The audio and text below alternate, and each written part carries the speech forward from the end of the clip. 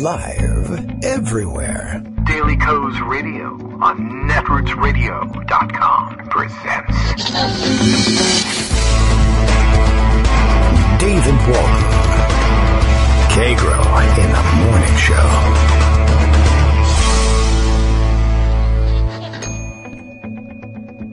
Now, here's David Waldman.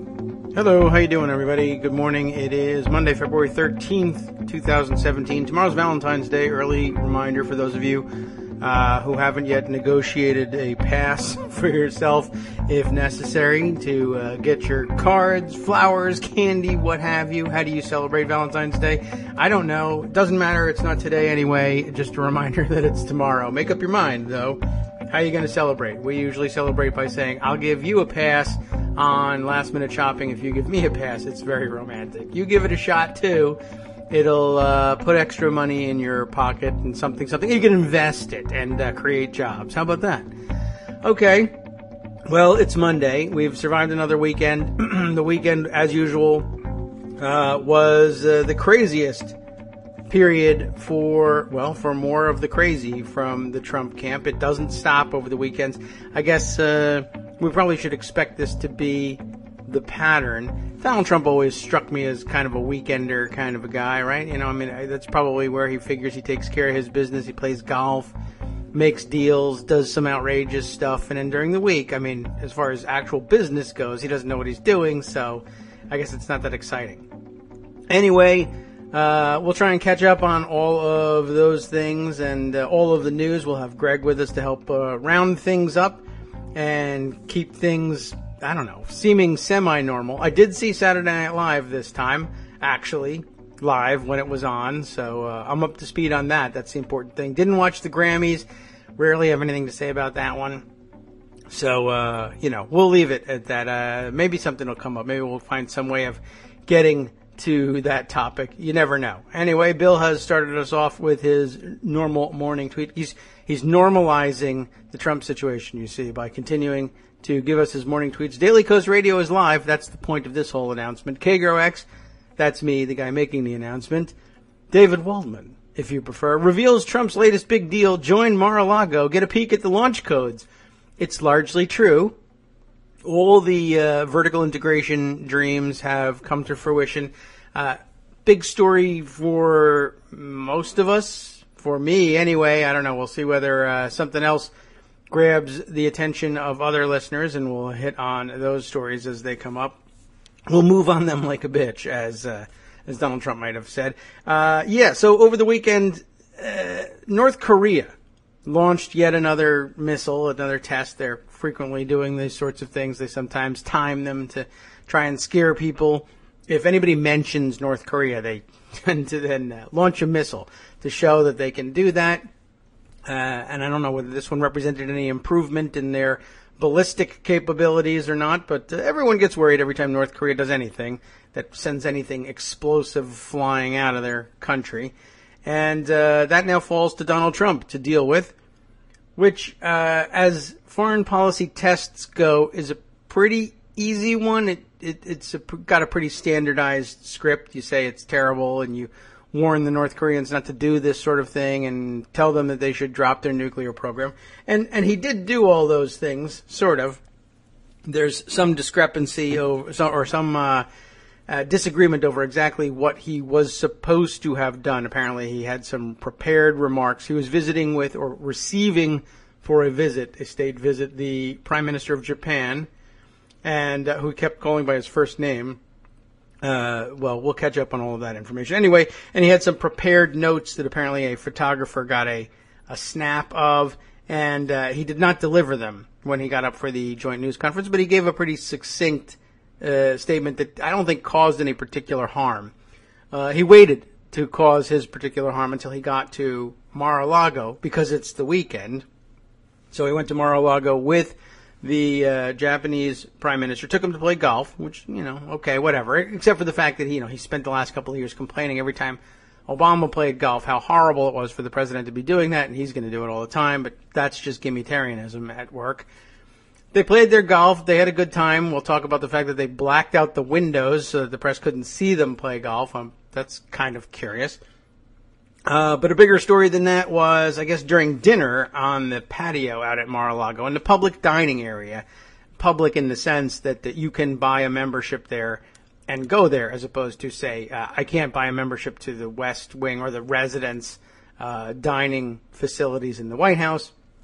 Anyway, while he was there, the news came in of the North Korean launch, and he took that phone call right there on his mobile phone in full view of everybody, and papers were pulled out by the national security staff, and he conferred with the Japanese prime minister, but all right there at the table, which probably violates all sorts of national security protocols. You're supposed to have some kind of a secure facility that's available wherever you go, more or less, to review those things and to use secured phones and not have the Mar-a-Lago guests, who have, after all, paid, some of them, up to $200,000 to become members. It's very important that they paid their money. But I guess that's the thing, that this is what he really enjoyed. I think he loved nothing better than to be seen doing some kind of national security thing in full view at Mar-a-Lago. The message being, if you pay our now recently doubled membership initiation fee of $200,000, you can be on hand when national security information gets discussed and possibly leaked. It's not emails, but it's pretty exciting. And I think he basically, he really enjoyed that. And there's a photo out there circulating that one of the press members took of him just smiling in the middle of this swirl of national security chaos.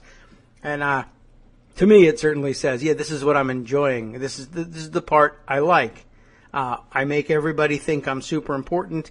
And I thought, in addition, there's just a part of him that really thinks this is the way it really should be. This is what I've been waiting for. This is what I wanted out of the presidency. The world's problems, some of them are stupid problems. Some of them are problems I don't care very much about. But okay, they're the problems that fall to the presidency. This is the way he thinks about it. North Korea, fine, whatever. Okay, the president deals with them. The point is, the presidency should more or less run this way. I do my thing. I play some golf. I have dinner at my club in Florida. And if there's a problem, you bring it to me. And I'll have my steak and I'll ponder it. And, okay, nuke the North Koreans. Yeah, do that. Whatever it takes to do that. Well, you're going to have to sign some papers. We're probably going to have to hustle you over to do it. Bring the thing to me. I'll give the authorization codes over the phone. Well, sir, blah, blah, blah. People will hear the codes. Yeah, we're all going to die in a nuclear conflagration anyway. How long are they going to know the codes for? What's the difference? What are they going to do with the codes? Launch? I'm launching. Who cares? Well, you have a point. If you put it that way, if you're suicidal, well, okay. At least I can understand that. But I think this is what he really envisioned the presidency being about. So he's very happy in the photo, and I think the members of the club are very happy too. This is what they wanted out of membership always anyway, and if they joined since he began running for president, then it's almost certainly what they wanted. By the way, he also dropped in on a wedding that was going on at Mar-a-Lago, which is another thing that's sort of like, does he have a private residence? I mean, he knows a private section there too, but he enjoys having social events going on. Last week was the Red Cross Gala. He dropped in on the wedding to kiss the bride and probably fondle the bridesmaids. I don't know whether he really did that or not, but it'll all be in the book. And he wished them good luck, and again referred to the Japanese prime minister by his first name, which apparently probably not protocol. But come on, Shinzo, let's go over and say hi to the bride. And by the way, he did make mention of the fact that the bride and the family had been longtime members there, and he did make mention of the fact they've paid me a fortune. This lovely guy, Donald Trump. Okay, so now for the real news, I guess. What have you got today, Greg Dworkin? Well, that is the real news. Oh. Hello, radio show news. Host Dave. Hello. How are you? Because, nobody has last names anymore. Right. President Donald. Yeah. Yes. I don't know whether he knew. He was, he got the keys to the house from President Barack. And, maybe. He was very, very pleased to do all this stuff. It's funny. There is a fee to join Mar-a-Lago. This is true. It has doubled in recent weeks. But as someone pointed out on Twitter, it's really a bargain for Russia and China and other places, even North Korea. because instead of spending all that money on spy stuff, billions, right, they can just get Mar-a-Lago, membership and learn everything they need to know. Just it's so efficient, and they don't have to waste their time with skullduggery and tricks and all that sort of stuff. Just sit at the damn table and listen and take pictures. Well, the best part is they've already done it. The Mar-a-Lago staff is famously foreign. And famously Eastern European at that. The whole place is staffed by, I guess it's, H2B, visas, but they're almost exclusively I'm not saying Eastern they're European. close to Putin or anything, but a lot of them are walking around not wearing shirts, You know what I'm saying? Which really, I mean, it's supposed to be no service. But if you're the service, then I guess no shirt, no shoes, but I'll serve you is okay. I guess you could put that up. Right. So remember our game theory friend, Eric Carlin? Yeah. What's he got? Oh, he's got a fantastic tweet storm, most of which I can't read on the air, but a very important message for America. I'm going to try to sanitize it up a little bit. Okay. Just because it's just so right on point here. Well, we'll see. This frickin' dipshit. Nope. That's the one you can't just do. Impeach now. Okay. Okay? If you think the American president should address nuclear crisis in front of his golf course guests, you are frickin' dangerous. Yeah. This is making profit off state visits and discussing U.S. national security in front of civilians. Well, they're civilians, I guess. You are too stupid to understand, he says. These are like one-word sentences. Oh, I see. Punctuation. National security, because I don't want my kids to die because nukes. I don't care about your ideology because I don't want to die in a nuclear fire because you thought he was sassy. Oh, sassy. You know, this bag of incompetent crap is POTUS in discussing North Korean nukes in front of his golf guests. F you if you think it's okay. You know what, people? Real talk. I haven't played bass. He's a bassist. I see. I haven't played bass in months or done anything that's too much fun because nuclear death fascism. Okay. He seems a little peeved. Yeah, you think I enjoy telling play. people about crap I figured out 6 months ago? Nope. I don't want my kids to die in a nuclear fire. We have a president to whom the CIA is afraid to tell secrets. Yes. The only reason I'm not catatonic is Secretary Mattis at the Department of Defense. I know Marines personally. I respect Marine general officers to an enormous degree. Kelly and Mattis are the only reasons I'm sane at all. Oh, well. Damn near psychotic that my fellow Americans can hear of a POTUS indebted to Russia, our adversary in the Cold War, without flipping. Next week, people wake the F up so we don't die from war. You think I'm kidding? You didn't know any of this was coming. I hate to pull game theory rank. That's trademark. He does have a sense of humor. But my colleagues and I have been on this for months, years. I don't care if you think I'm nuts. Listen up. I don't care if anybody hires me again for my brain. I want my kids not cooked in a war. Sound like a fair trade? We have Russian compromised business grandpa discussing American nuclear policy at his tacky golf club. Use the word I cannot use in the air. Yes. This is not normal. This is not safe. Save civilization by waking up because this is well beyond dangerous. I give a sum total of 0 craps if you think I'm dumb or have a double chin. See photo mocked by leftists or whatever. See how I'm signaling important behavior through my use of profane American English dialect? Please pay attention to this right now. We are in a constitutional wake-up crisis because the president is a mentally ill traitor who talks nukes at dinner. Oops. News effing flash. America is not a democracy. It's a republic, so that Appalachian voters don't do national security directly. You get that? Yeah. I told them not to do that. Don't shame Appalachian voters. Starting tomorrow, this is not the same country or we are dead. Call your representatives. This scares them too. They need you. Call them, share your wisdom. Tell them you will support them to say this is not effing okay because nuclear war. Christ almighty. Tell them you'll be cool with another election or with Chuck Grassley as president or anything other than that Russian stooge. somebody take over because I don't want to die. I want to play bass and play with my kids, and signs off with an epithet that is earthy and in the dictionary. Yes, and a 100% real American. Yeah. So we have that. Yep. Yeah. Meanwhile, Jen Psaki says it a different way. Oh. Former PSAKI, you remember her? Former White House Communications Director, former State Department spokesperson. If I say Says no, the complete breakdown and dysfunction of the NSC process right now should keep people up at night. Apparently it did keep Eric Garland up. And this comes from a New York Times story. Okay. Turmoil at the National Security Council from the top down. Heard about this one. Or I read this one. I did read this one. Yeah, pretty amazing. 3 weeks into the Trump administration, council staff members get up in the morning, read President Trump's Twitter posts, and struggle to make policy fit them.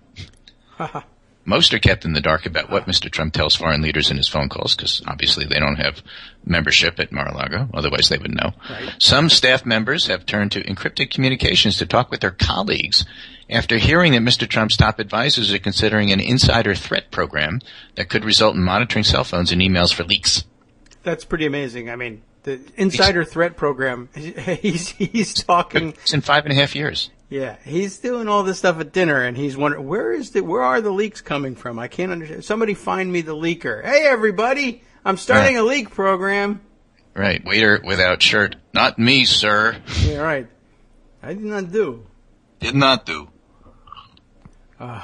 National Security Advisor Michael T. Flynn, who may be not long for this world, there's at least 3 separate stories about that. Washington Post, New York Times, and Wall Street Journal. National Security Advisor Michael T. Flynn has hunkered down since investigators began looking into what exactly he told the Russian ambassador to the United States about the lifting of sanctions imposed in the last days of the Barack administration. Mistakenly used Obama. They probably don't know the difference between first names and last names here in this New York Times article. And whether he misled Vice President Mike about these conversations, his survival in the job may hang in the balance. So anyway, it's pretty interesting. Oh, and don't miss that Stephen Miller, the White House Senior Policy Advisor, was on all the different Sunday shows, which was universally, by the pundits, described as a complete disaster. He is humorless, unfriendly, and made all sorts of noise about, we will make sure that you listen to us when we speak and you will not have any chance to say anything about it because we will not permit it, or words to that effect. Wow. Well, you know what I see just at the moment? Chelsea Clinton being retweeted. This is a couple hours ago, last night that she tweeted this, but interesting that she would pick up on this. This is Chelsea Clinton's tweet. How many of Mar-a-Lago's new members will be or already are members of foreign intelligence agencies and media organizations? Exactly. So here is, I guess this is John Dickerson interviewing Stephen Miller on one of the talk shows. Yes. Was he on all 3 of the majors? 5 or whatever. However many there are. The full Ginsburg. They're all complaining about him, and I don't know how he gets on these things. He just brings the doorbell, here's what he said. So Dickerson says, what have you all learned from this experience with the executive order? And this is a quote from Stephen Miller. I think that it's been an important reminder to all Americans that we have a judiciary that has taken far too much power and become in many cases a supreme branch of government. I think that's called the Supreme Court. Somebody should tell him.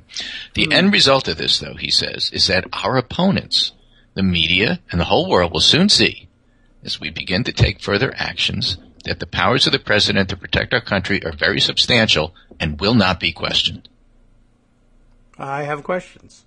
Yeah? Does that send a chill up your spine? It should. Yes, a little bit. I mean, I'm just saying he looks a lot like Eichmann when you compare pictures. Any, disparaging remarks. But if you put the 2 pictures side by side, they look incredibly alike. I am just saying. Well, it's noting for Eichmann. Just coincidental there. Anyway, so we have all of that floating around, and how is this playing with the public? Some new polling out from YouGov for CBS is really interesting. I put the graphic up at the pundit roundup, but that was my first thing I sent to you on Skype today, so you could take a look. Because they did something interesting. They didn't just say, do you like him, do you not like him? They actually divided the public into 4 groups, relatively equal, although the largest are the resistors, those that want nothing to do with Trump. That's 35%. Then there's the curious. They don't support him, but they're curious to see how he would do. If he gives up on the wall, 62% of them might support him. If he improves the economy, 90% might. If he defeats ISIS, 84% might. And if he respects people with different views, 88% might give him a chance. Now, none of these things are going to happen. What? But Okay. if he were a completely different person than he was, then 21% of the curious might support him. I have to say, although I feel like I'm a resistor because I want nothing to do with him, I am curious about what the heck he's going to do next. And that represents 56% of the population, which is about his disapproval rating in most of the polls. Okay. Of the approvals, this is also, I think, interesting and important, and has to do with our discussion about whether or not you try to talk to some of these folks. Armando would say no, because they're all racist. In the end, I mean, they say they're not, but look at the way they voted. And there's truth to that. But views of Donald Trump as president among Americans, believers, those who are really like deplorable and too far gone because they agree with everything he says, 22%. And that's not surprising. Remember, 23% of the public supported Richard Nixon at impeachment. That's the basic floor that all nutcases have, no matter how bad they are. That was the number we originally got. How many of you think birtherism is a real thing? And you know, it's just 23% of the population are just complete nutters. Just accept it. You don't have to talk to them. But then there's this group called the conditionals, 22%. And among conditionals, for example, Trump will lose all or some support if he doesn't build the wall. That's 54%. If he doesn't fix the economy, that's 80%. Doesn't defeat ISIS, 63%. And if he acts like a politician, 79%. If he acts like a politician, they will desert him. It's a hard These, in my view, are the Chris Arnaud type of people that he's been interviewing. Not the deplorables, not the believers, but the conditionals. And the conditionals are an interesting group. And you can dismiss them, and it's fine to not, want to talk to them at all. They don't want to talk to you. And one of the things that was notable in the poll is that the conditionals have no interest in reaching out and finding out what other people think. And that's fine, but they still vote. And so some of us, not all of us, perhaps, will take on the task of talking to them, or if not talking to them, at least, not going out of our way to disrespect them, because that's really what motivates them. And note that Trump has a good chance of losing support because he's not going to do the things he said he was going to do. And most of it is about the economy.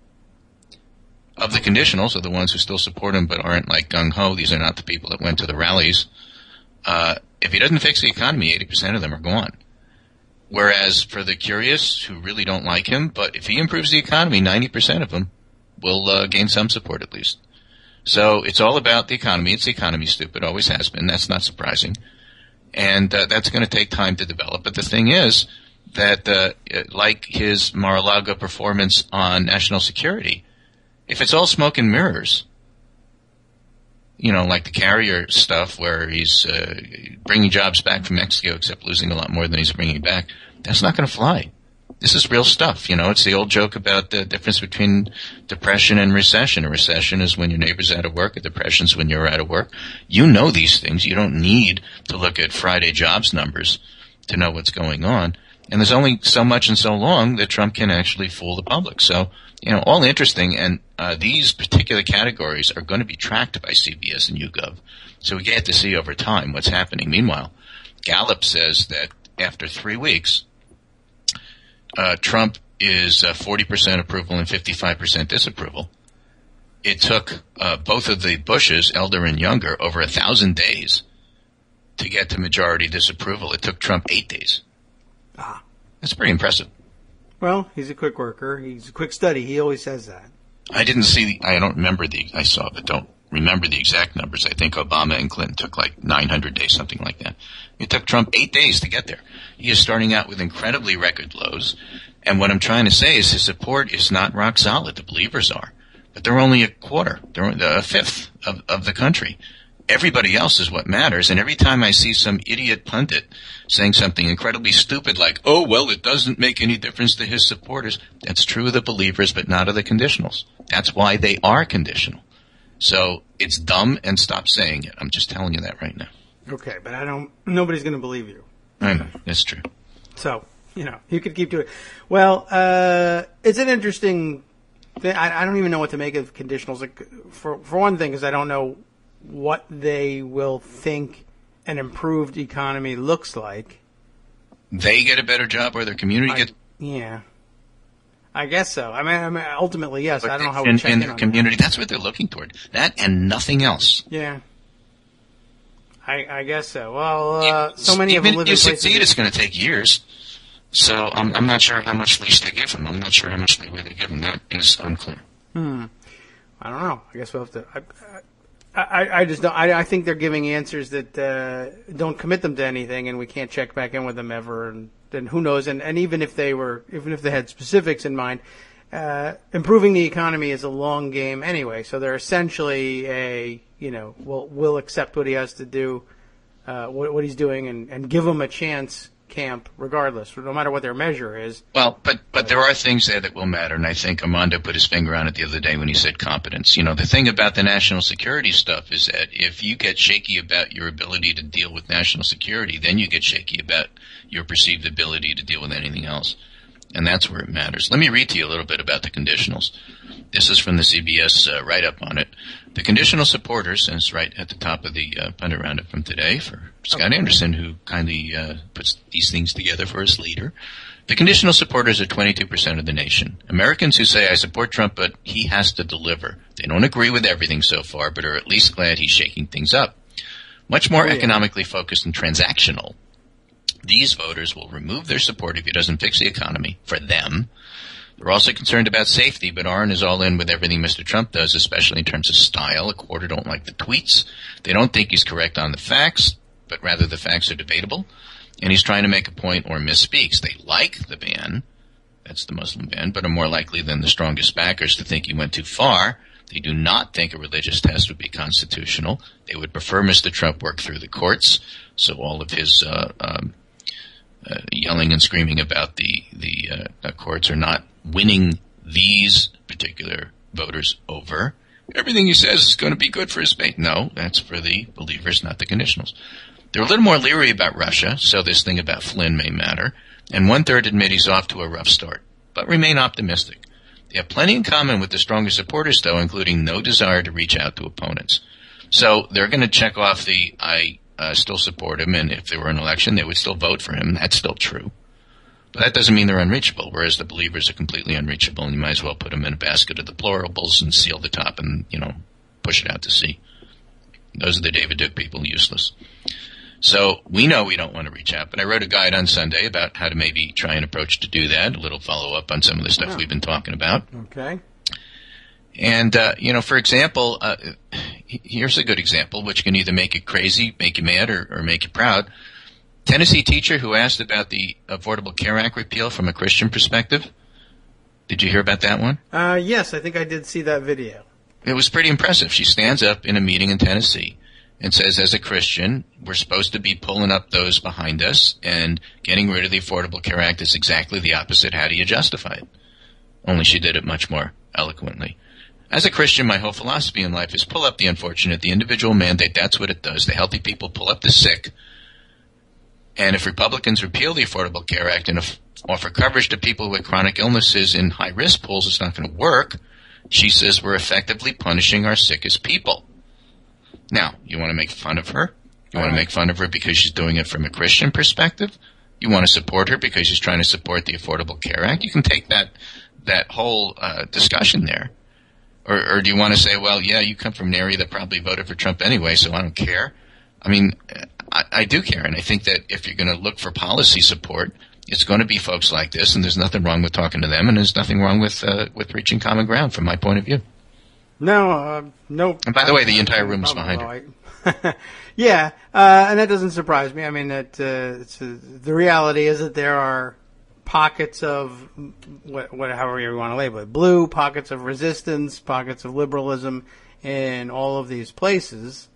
No doubt about that. And I don't know whether I don't know enough about her to know whether this is a red Republican turning around on one particular issue on the basis of her Christianity, or whether this is just a religious liberal.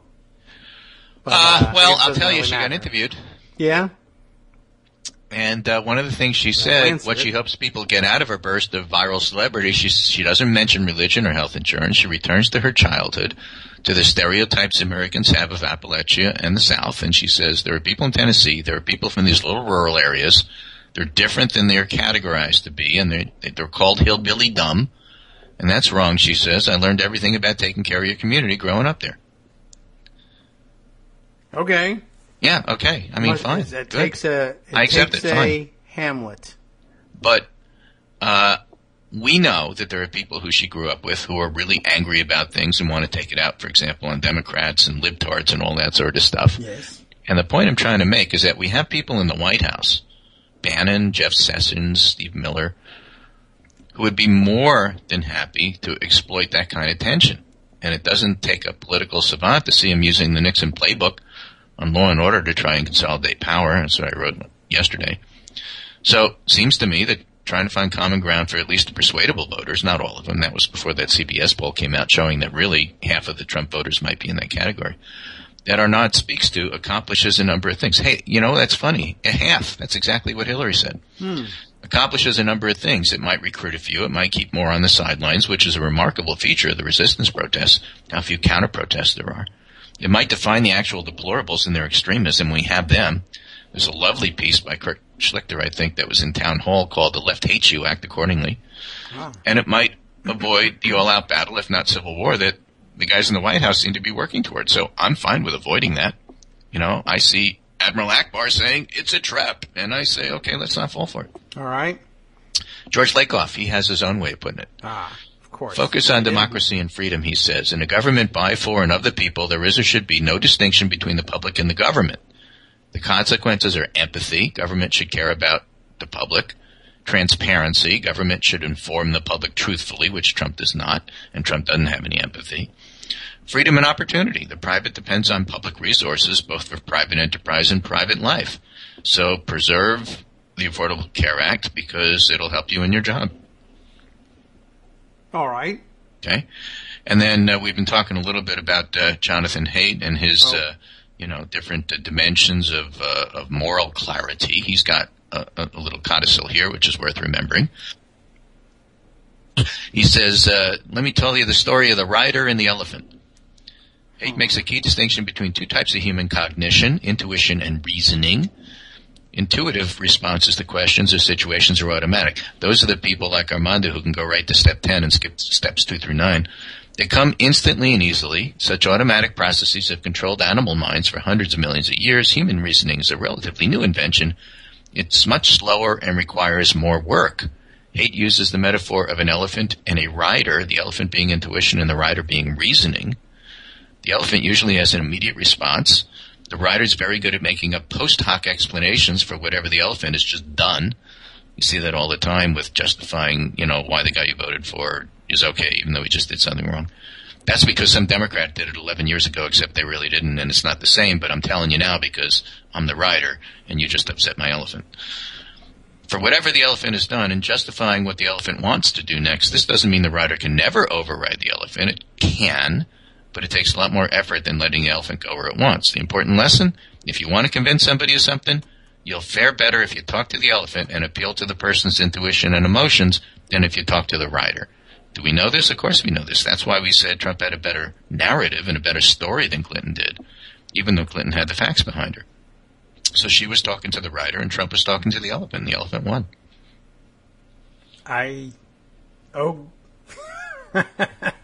Let me say it different because I did. That was the next thing I said. I might say it different. We have shared values, and they're best told with stories for the elephant, not numbers for the rider. It's an elephant, though. Okay. Not too much big data here. Don't get all the data miners to say this voter, subscribe to that magazine, votes at this store, therefore they are. You have to have a story, and having a strong narrative is important. And all that's saying is that the narrative appeals to the elephant, and the numbers appeal, and the lists, of policy appeals to the rider. and you're going to get more people with the elephant than the rider. And so Trump's narrative about, on the one hand, I will fix it, and on the other hand, she is corrupt, won. It was simpler, easier, and everybody got that. That's different than, let me look through my list of 30 policies and find the 26th here that is really my issue that I care about more than the other guy. I'm just like, well, what you got to do is you got to tell a simple story that everyone can understand. I think of it this way: an elephant and a rider, and then at the end of the thing, I'm like, I don't understand your story. But that's the point. You have to tell stories people understand.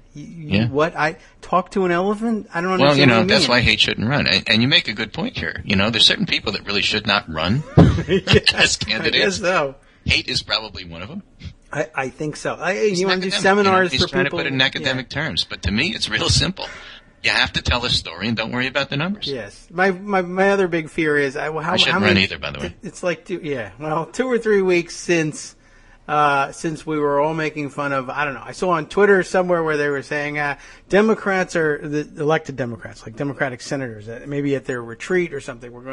They were essentially attending seminars on like how to talk to people, and everyone thought that was hilarious because, of course, you got to teach elected Democrats how to talk to people. My fear is that they're saying, you see, there's an elephant, and you got Dianne Feinstein out there going, oh, that's interesting. I got to think of people as elephants, but I got to appeal to them with stories. And then they come out of there and like, I'm certified in how to talk to people. You just watch this. Hello, elephant. What? I don't know what you're talking there's about. There's ways not to do it, we might add. Yeah.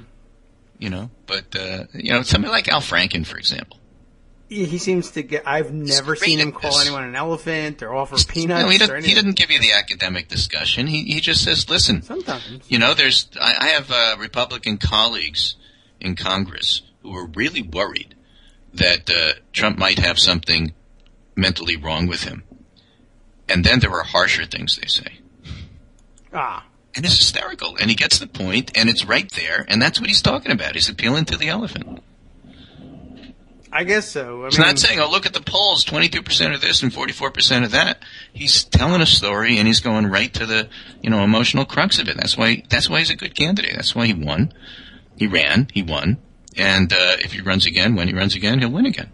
He did run and he did win. And next time somebody complains to you, one of the Trump supporters complains to you that Trump's cabinet is not yet in place and it's taking a historically long time to get that done. Yes, as well. You can remind them that this superb politician won his election and waited, what did he wait, like 6 months to get his seat? Right, exactly. It happens. It's a deliberative process. Just hold your horses. And that's how it works sometimes. So anyway, I think that there are some still important messages in there. And, explaining the academic thought behind how a simple message works isn't a simple message. If it were, then everybody would get it already, and you wouldn't have to explain it. You wouldn't have to have a seminar on how to talk to people, which honestly I didn't go to, but I'm guessing would be more along the lines of how to talk to conservatives. Mm-hmm. I'm sure. Which, is different because they have different values that they rank higher up. And compassion isn't at the top. Stop talking about that. Talk about tradition. Talk about authority. Talk about purity. Those kinds of things. Right. Elephants. But do it in a way that people understand. And you can make fun of it, but there's a lot of wisdom behind it.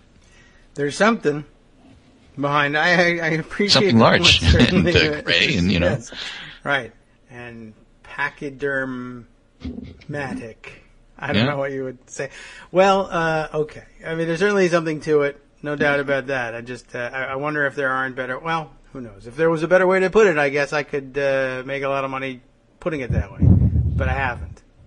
So, well, let's see. But that's how you get there. Now, once you get there, then you got to do the stuff that you teach, which is, okay, it's real now. And there's a process, and you have to understand the process, and you have to go through this, that, and everything else. And if you don't, you're not going to succeed. And Trump is finding out that, he didn't need to go to the how to talk to people one. He knew that. But he didn't go to the what do you do afterwards seminars. No. And it shows.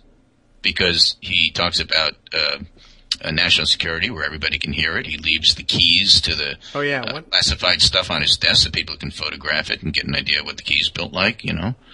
Is that what the problem was? I was wondering. I don't really know, but all I know is it wasn't supposed to be in public. I did see that tweeted out there, and that the key was in full view, and I thought, okay, but it sounds bad, but I didn't read that particular spy novel. It tells me why it's bad to have the key out there, but I don't know. I would think if you could actually photograph it, maybe you could duplicate it. Oh, well. I don't know. And maybe that wouldn't be a good thing. Probably not. But, again, you could just go to Mar-a-Lago. So I think Trump has scored points for transparency, though, with this. Yes. You know, you conduct all your business in public so everybody can hear what you're doing. Right. And I don't know. That there's no, why should the average American, by which I mean the people at Mar-a-Lago who paid $200,000 to be there for dinner, why should the average American not get an inside view of how foreign policy crises are handled? It should be out in the open, in between courses. I would think so. Because, I mean, doesn't it make you a better negotiator if, like, everybody knows exactly what you're thinking? Yes, and you raise a country full of great negotiators as well. I learned from the president at dinner how to negotiate with the North Koreans, or as he calls them, apparently, Norks. Is that a thing anybody else says besides him? That I don't know. North Koreans, he tweets about them as Norks, which I assume they would be uncomfortable with, and I don't know whether it rises to the level of being I don't know what, a slur, or whether it's something he just made up. North Koreans, like Nork, Spork. I don't know what he calls the South Koreans, but maybe nothing. I don't know. I'm not sure where he came up with that. Sporks. And doesn't that mean something else? Yes, but he eats pizza with a spork. But anyway, so you know that's my musing for this morning. Okay. I think I'll just stop there. You know, it's the rider and the elephant, and it's talking to people and just trying to make sure that at least if you choose to, you don't have to. Try to do it in a way that'll work. Keep in mind that all Trump voters aren't the same, and at the same time, scratch your head and say we are screwed. Okay. So with that, I'll leave you. This is Greg Dworkin speaking with my very good friend David Waldman, Kagro in the morning, who I'm afraid I have left more befuddled than ever. I feel befuddled about that, this time.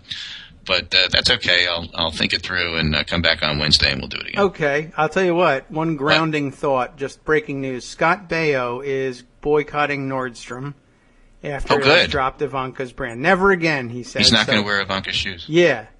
They're too tight. And if you were worried about... and they're ripped off from somebody else anyway. Right. True. You can always just buy the original. Ripped off from somebody else. A lot of it is. But it is less expensive in many cases, so that's nice.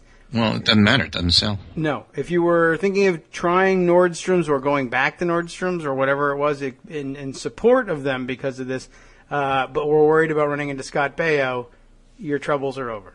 Right. I think the more important thing is what TJ Maxx and some of those other discount outlet stores do with the same product, because when they stop selling it, and I think some of them are starting to, then that's it. Yeah, well, I'm amazed that they have it at all, but I guess that's where the things go after they don't sell at Nordstrom's. They move down. I think that's the chain of... And that's where most people do their shopping anyway. So I would they don't buy it at Nordstrom's. They buy it at the discount places. Yeah. And that's how it works. $1 now for one of the sweaters I saw. With that, I really will leave. So take care, and I'll talk to you on Wednesday. Very good. Thank you. Take care. We'll see you then. And on Wednesday, we'll probably also have Joan McCarter with us. We can catch up a little bit on the situation in Congress.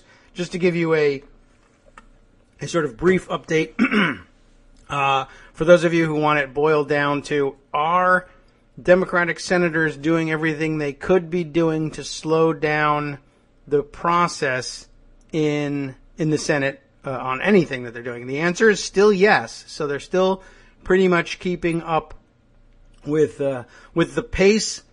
I guess we'll put it this way. They're still more or less on the pace that they would be if they literally insisted on cloture votes and 30-hour post-cloture debate.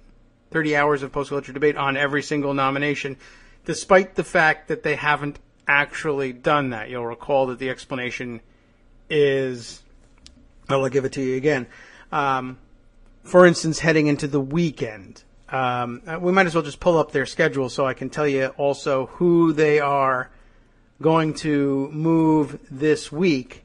And again, all of these are largely considered inevitable. I mean, it being a majority rules Senate when it comes to cabinet nominations, we are going to see these people confirmed. Let's see, this week we'll be looking at finishing up on Steve Mnuchin. That comes today. Confirmation vote is expected to be around 7 p.m. This evening, at which point they will then take up under a unanimous consent agreement, and this is where it becomes kind of confusing, right? Didn't we tell them we didn't want them to agree to any unanimous consent agreements? Yes, we did. But does it make a difference? Well, the short answer is no. We'll explain why. Next confirmation debate will last only 10 minutes, not 30 hours, but 10 minutes. This for the confirmation of David Shulkin, the widely discussed David Shulkin, to be Secretary of Veterans Affairs. You can imagine that this one presented a slightly less comfortable opportunity for obstruction, I guess, if that's the way you want to put it. Of course, Democrats and Republicans alike, sometimes for different reasons, agree that there really ought to be somebody in charge of helping the Department of Veterans Affairs along so that just basic governmental services get provided as expected to our veterans. That's an uncomfortable place to be holding things up. By the way, tomorrow is Valentine's Day, the 14th. We'll see another vote at about 11 a.m. on the confirmation of the somewhat more controversial Linda McMahon to be Small Business Administrator, or rather, to put it formally, Administrator of the Small Business Administration. Administrations, of course, headed by administrators. You get it? The Small Business Administration actually is something of a large business in itself, ironically, but as departments go, perhaps smaller, perhaps less controversial. Linda McMahon, not a non-controversial person, but I think, again, largely people mostly don't care about what goes on at the Small Business Administration, and I don't know if anybody believes, I don't know, maybe this is the case, and I haven't followed it, but is Linda McMahon at the Small Business Administration for the purpose of dismantling it in the same way that others are purported to have been nominated to their departments in order to dismantle or severely curtail the activities of that department? I don't think so. So, why is it that we have a Tuesday 11 a.m. vote on Linda McMahon and a 10-minute debate on David Shulkin to be Secretary of Veterans Affairs? Once again, if you game it out from last Thursday or Friday, when the Senate was last in session, they were working on Friday. There were no votes on Friday, though they did dispense with some legislative business, either by unanimous consent or, there were no roll call votes. So they were either voice voted or unanimous consent, totally routine business. So this sort of thing still gets done, in case you were wondering.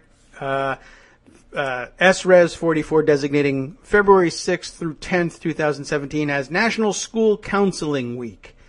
They still have no problem passing American Heart Month and National Wear Red Day proclamation. So, though, again, National Wear Red Day was February 3rd, and it wasn't until February 10th that they approved the resolution. But as you know, you don't need a resolution from the Senate to go ahead with that one. So things like that.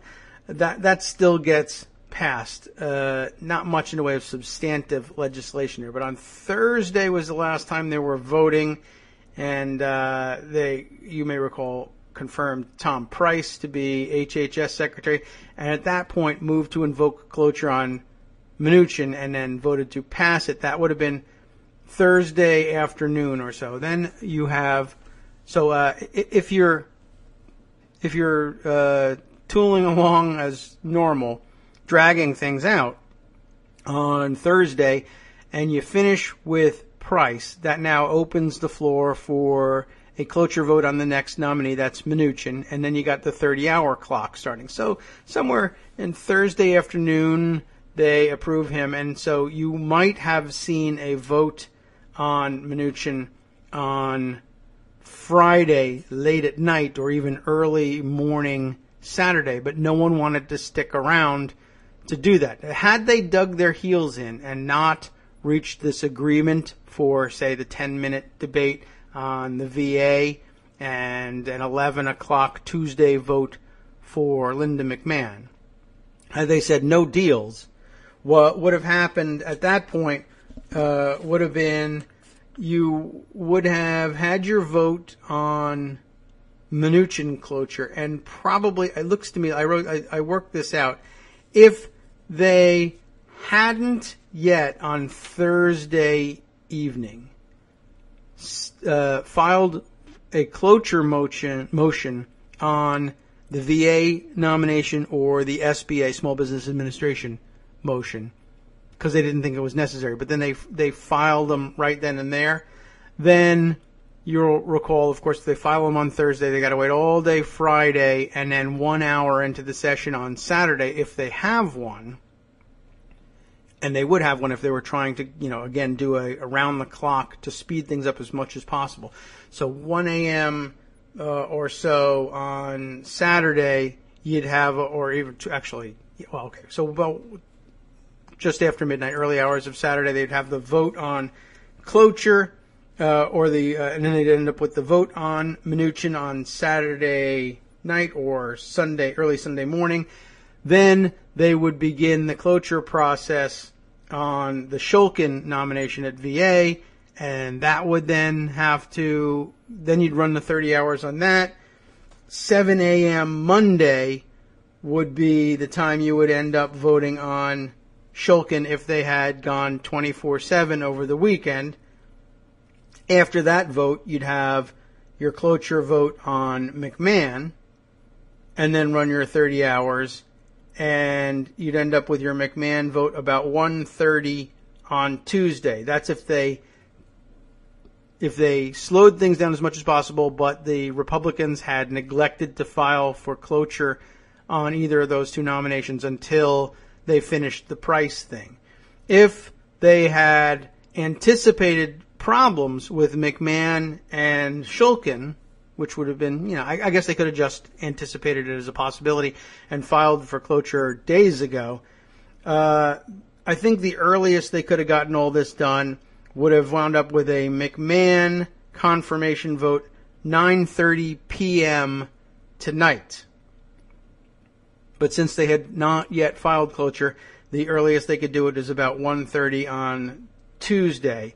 And lo and behold, though they did agree to a unanimous consent agreement, and we told Democrats we didn't want them to do that ever, the end result is still largely the same. Instead of holding out and getting a vote on Shulkin at 7 a.m. Monday, we will instead have a vote on Shulkin around 7 p.m. tonight, and instead of holding out and exhausting everybody around the clock and over the weekend in order to get a vote on Linda McMahon at 1:30 p.m. Tuesday, they will instead have it at 11 a.m. Tuesday, an hour and a half earlier, 11, 12, 2.5 hours earlier. So no, not a huge loss on that one. It's even a little bit later for Shulkin, but everybody gets the weekend off, recharge their batteries, and you're basically right back where you started from, even if they had stayed and fought it out as hard as possible. So that's the thing we're looking for here. Not so much, to make a more, it makes for a very complicated statement of policy. It's much easier to say cloture plus 30 on everybody. No unanimous consent agreements. However, what we're really after here is cloture plus 30 or its equivalent on everybody. And that means in total. So as long as when you get to Tuesday, you're no further along with the nominations and confirmations than you would have been if we had fought tooth and nail, I guess we can be satisfied with that. Unless you think that, there's symbolic importance, and some people probably do, of having them literally be in there 24/7. But, you're not watching, so maybe there's not that much symbolic importance to it. Anyway, I just thought I would bring that up and let you know how we're doing and how Senate Democrats are doing.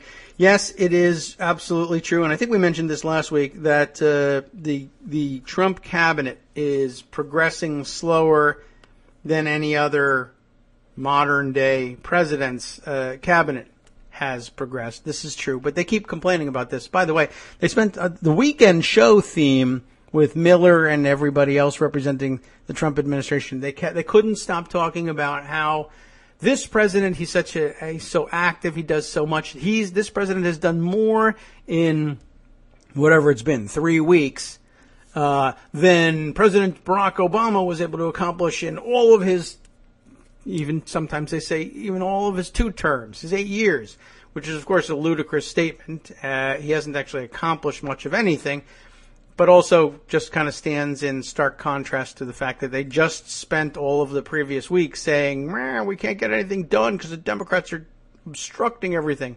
And then that weekend, we've done more than anybody ever. So, I don't know. You'll have to work that contradiction out in your own head if you care.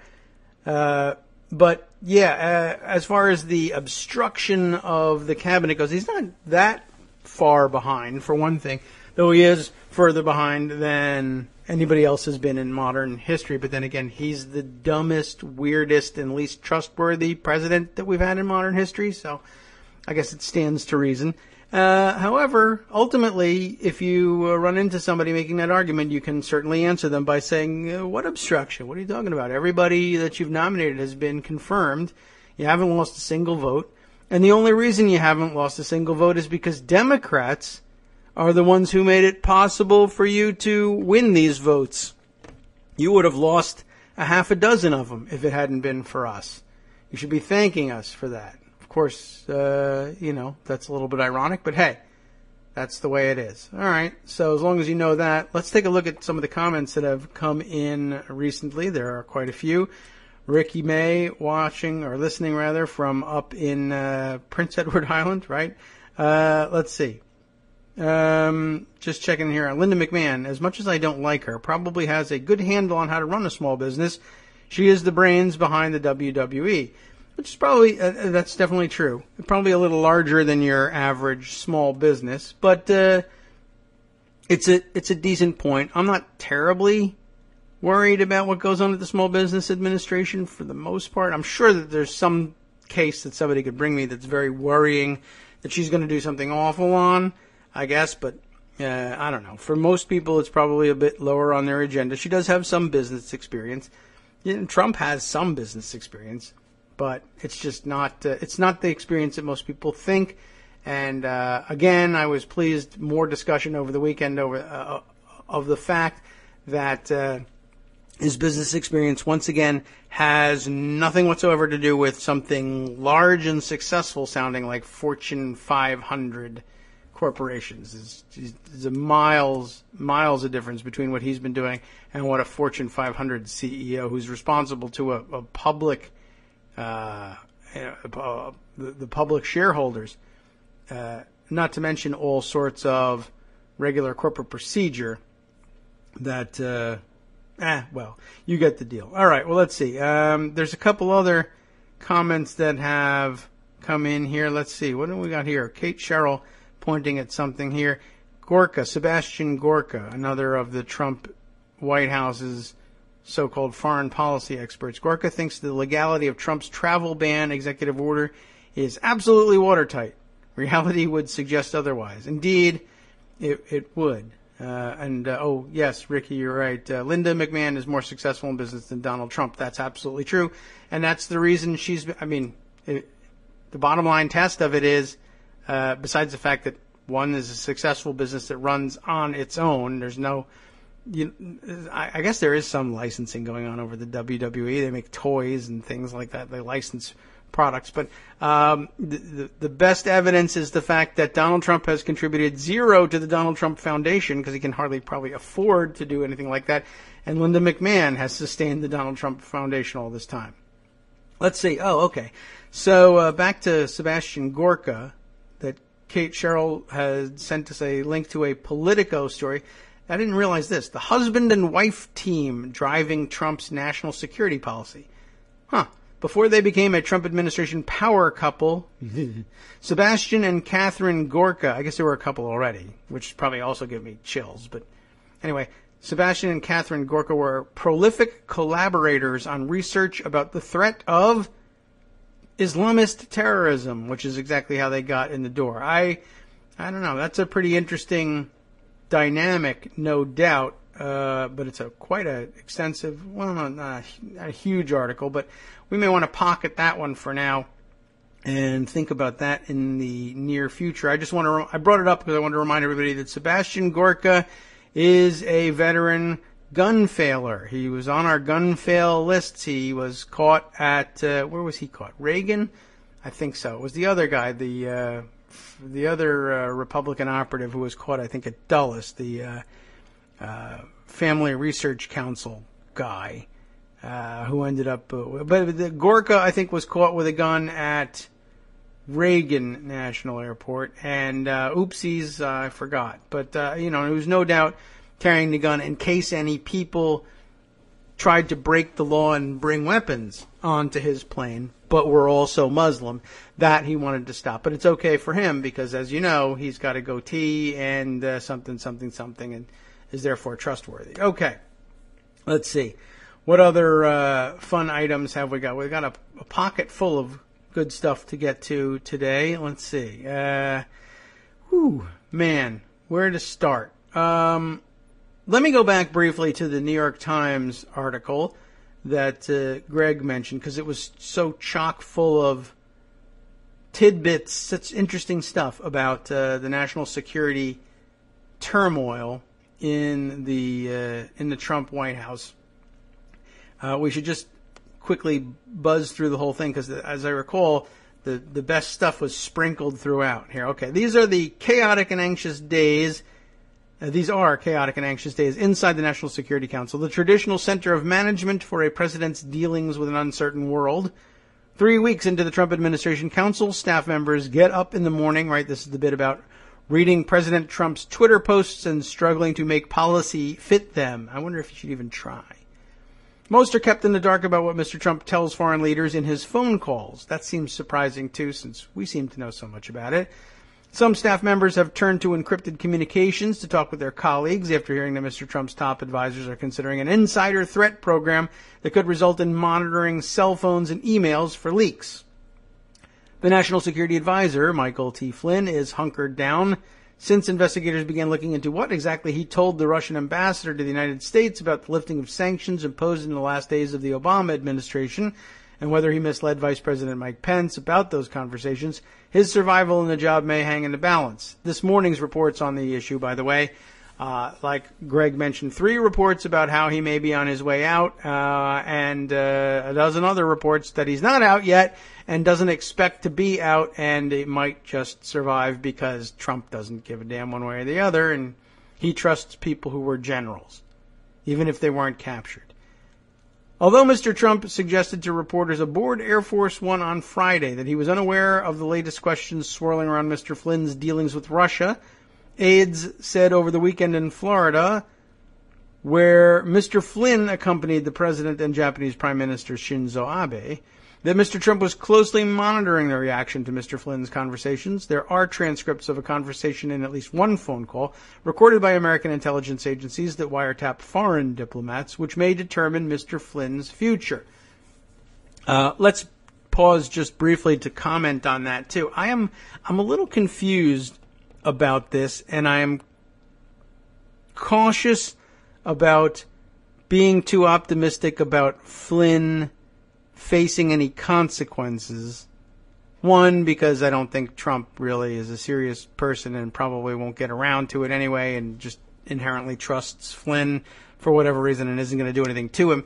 But two, the implication seems to be, oh, well, he had this series of conversations with the Russian ambassador, and they may or may not have discussed the possible lifting of sanctions, et cetera, and that could, if that was proven to be true, that could create enormous legal difficulties and expose him to all sorts of espionage charges, and then you'd kind of have to get rid of him at some point. And, the atmosphere is ripe for things like that in this particular White House, since everybody is still jockeying for position. Nobody's going to be real secure in their position. The only thing that saves you would be personal loyalty, which is enormously important to Trump, and the fear that Trump has that any major changes, any major shakeup this early makes it look like he started off on the wrong foot, and that he's weak or dumb for having done so. And I think he wants to avoid that. But another reason I don't think Flynn, I have difficulty believing that Flynn is in a great deal of danger because of the content of the calls, is exactly that. Those calls are monitored. That the American intelligence infrastructure monitors the calls of the Russian ambassador all the time, unless he speaks on and they would certainly try to do it anyway, even if he did speak on a secure line. But on an open line, yeah, they're going to listen to that, and it's fine under the Foreign Intelligence Surveillance Act to do that. As it happens, there was an American on the other end of the line, and that's still okay so long as one of the people is foreign, as I understand the Foreign Intelligence Surveillance Act. So anyway, the real point here is somebody knows already what was discussed and what wasn't. I guess the only difficulty is if something were discussed that was in fact clearly in violation of whatever laws control, would this would the individuals in possession of that information be inclined to release it if it were to the detriment of the Trump administration? We don't know. We actually have to literally know the political leanings of individual actors inside the intelligence community to know whether to trust them or not, which is, of course, a huge problem and exactly the sort of thing that you don't want in government anywhere, much less in your national security apparatus. But it's too late for that. So anyway, what's puzzling is if there are people inside the intelligence community who don't like Flynn and want Flynn out, you would think they would already have what they need. I don't know what anybody's waiting for in terms of revealing the contents of the discussions with the Russian ambassador. He either did say things that would get him in legal trouble, or he cleverly avoided saying them.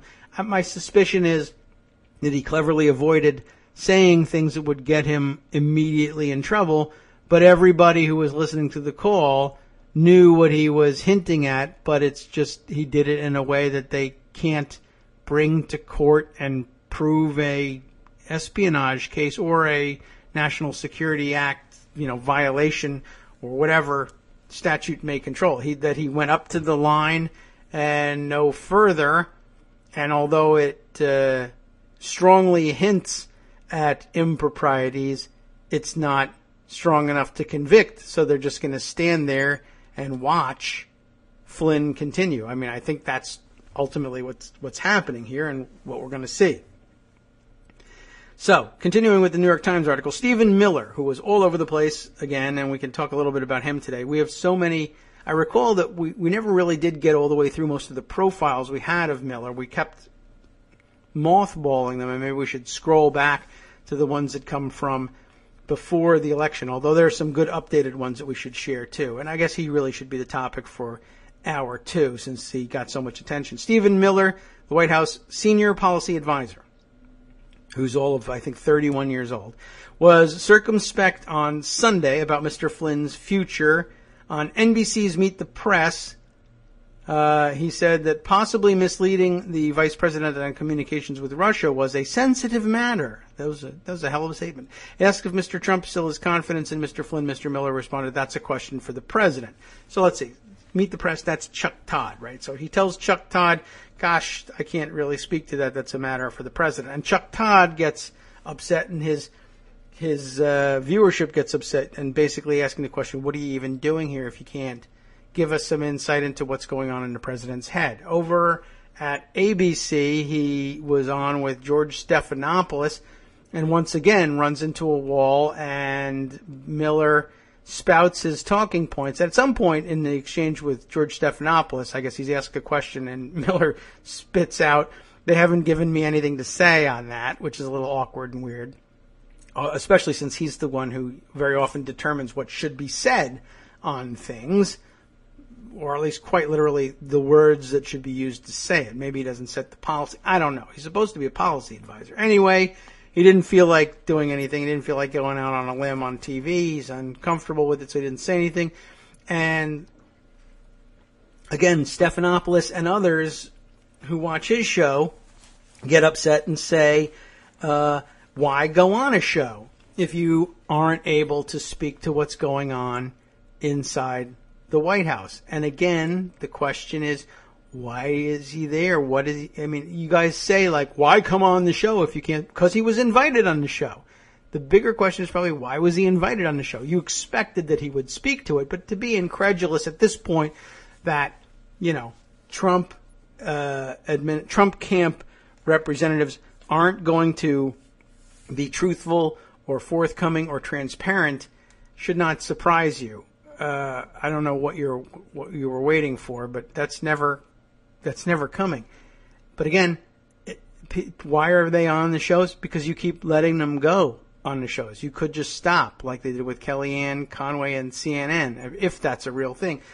You know, you don't just get on the shows by putting on a suit and ringing George Stephanopoulos' doorbell and saying, I'm ready. So, some of this is at your doorstep. All right. This account of life inside the council, the New York Times piece continues, offices made up of several hundred career civil servants, that we're talking about the National Security Council, made up of several hundred career civil servants who advise the president on counterterrorism, foreign policy, nuclear deterrence, and other issues of war and peace, is based on conversations with more than 24 current and former council staff members and others throughout the government. All spoke on the condition that they not be quoted by name for fear of reprisals. It's so far a very dysfunctional NSC. Representative Adam B. Schiff of California, the senior Democrat on the House Intelligence Committee, said in a telephone interview. In a telephone conversation on Sunday afternoon, K.T. McFarland, the Deputy National Security Advisor, said that early meetings of the council were brisker, tighter, and more decisive than in the past, but she acknowledged that career officials were on edge. Not only is this a new administration, but it's a different party, and Donald Trump was elected by people who wanted the status quo thrown out, said Ms. McFarland, a veteran of the Reagan administration who most recently worked for Fox News, which is problematic in itself. I think it would be a mistake if we didn't have consternation about the changes. Most of the cabinet haven't even been in government before. There is always a shakedown period for any new National Security Council, whose staff is drawn from the State Department, the Pentagon, and other agencies, and is largely housed opposite the White House in the Eisenhower Executive Office Building. You remember the building we heard about as EEOB, right? Eisenhower Executive Office Building. President Barack Obama replaced his first National Security Advisor, General James Jones, a 4-star former Supreme Allied Commander in Europe, after concluding that the general was a bad fit for the administration. The first years of President George W. Bush's council were defined by clashes among experienced bureaucratic infighters, Dick Cheney, Donald Rumsfeld, and Colin Powell among them, and by decisions that often took place outside official channels. So, in other words, this isn't anything particularly new. But what is happening under the Trump White House is different, officials say, and not just because of Mr. Trump's Twitter foreign policy. Two officials, by the way, said that at one recent meeting there was talk of feeding suggested Twitter posts to the president so the council's staff would have greater influence. That ain't happening. A number of staff members who did not want to work for Mr. Trump, this is interesting too, have returned to their regular agencies, leaving a larger than usual hole in the experienced bureaucracy. I'm sure that was actually considered a boon by the Trump camp. Many of those who remain see themselves as apolitical civil servants. They have been disturbed by displays of overt partisanship. At an all-hands meeting about 2 weeks into the new administration, Ms. McFarland told the group it needed to make America great again. Numerous staff members who were there said, well, that's about as political as it gets. The new Trump appointees are carrying coffee mugs with that Trump campaign slogan into meetings with foreign counterparts, one staff member said, and I'm sure they're thinking, what's the difference? It's just my coffee mug. But it sends a message that ought not to be sent. That's the point. Nervous staff members recently met late at night at a bar a few blocks from the White House and talked about purging their social media accounts of any suggestion of anti-Trump sentiments. Mr. Trump's council staff draws heavily from the military, often people who had ties to Mr. Flynn when he served as a senior military intelligence officer and got fired that way, and then as the director of the Defense Intelligence Agency before he was forced out of the job. I guess that's the one he was forced out of for, well, breaking all the espionage, counter-espionage rules in the Pentagon about installing internet access in your office. Remember that one? Many of the first ideas that have been floated have involved military rather than diplomatic initiatives, which is what you're going to get when you draw that heavily on the Pentagon. Last week, Defense Secretary Jim Mattis was exploring whether the Navy could intercept and board an Iranian ship to look for contraband weapons possibly heading to Houthi fighters in Yemen. The potential interdiction seemed in keeping with recent instructions from Mr. Trump, reinforced in meetings with Mr. Mattis and Secretary of State Rex W. Tillerson to crack down on Iran's support of terrorism, which, again, like Armando and I were discussing at the end of last week, it's in your definition of terrorism,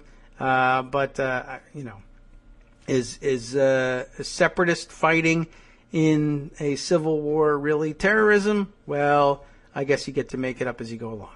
Anyway, bigger problem was that the ship was in international waters in the Arabian Sea, according to two officials. Mr. Mattis ultimately decided to set the operation aside, at least for now. White House officials said that was because news of the impending operation leaked, a threat to security that has helped fuel the move for insider threat programs.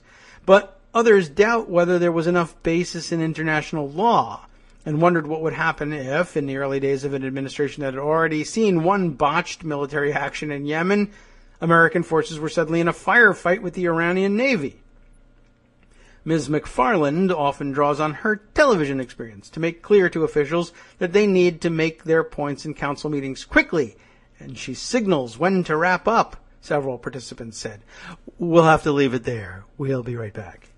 Right? I guess that's how she does it. Just lean in and say that. Anyway, while Mr. Obama liked policy option papers that were 3 to 6 single-spaced pages, council staff members are now being told to keep papers to a single page with lots of graphics and maps. The president likes maps, one official said. I mean, I like maps too, but sometimes they're helpful, but one page. You can't tell me anything that can't fit on a page, and there better be pictures. Holy moly. Paper flow, the lifeblood of the bureaucracy, has been erratic. A senior Pentagon official saw a draft executive order on prisoner treatment only through unofficial rumors and news media leaks.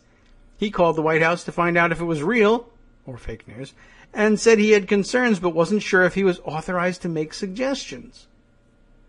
Officials said that the absence of an orderly flow of council documents, ultimately the responsibility of Mr. Flynn, explained why Mr. Mattis and Mike Pompeo, the director of the CIA, never saw a number of Mr. Trump's executive orders before they were issued. One order had to be amended after it was made public to reassure Mr. Pompeo that he still had a regular seat on the council. That, of course, would have been the one that Steve Bannon wrote up and included a seat for himself in. White House officials say that was a blunder, that is, to not show Pompeo and to leave Pompeo out of the list of permanent staff.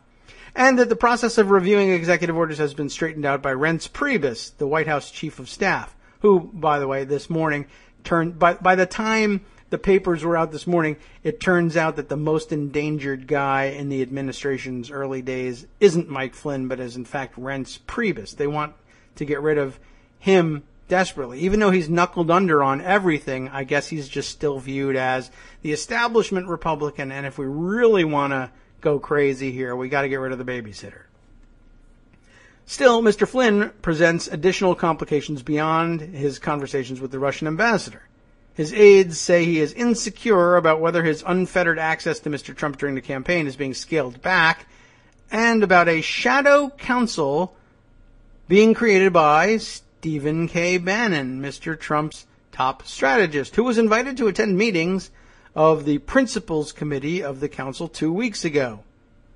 For his part, Mr. Bannon sees the United States as headed toward an inevitable confrontation with two adversaries, China and Iran. And I guess it's about time that we updated ourselves a little bit on just what an apocalyptic conspiracy theory loving nut Bannon actually is and how dangerous it is that he's there. And how interesting. I wanted to bring this article out. This is one of the points I wanted to get across to everybody.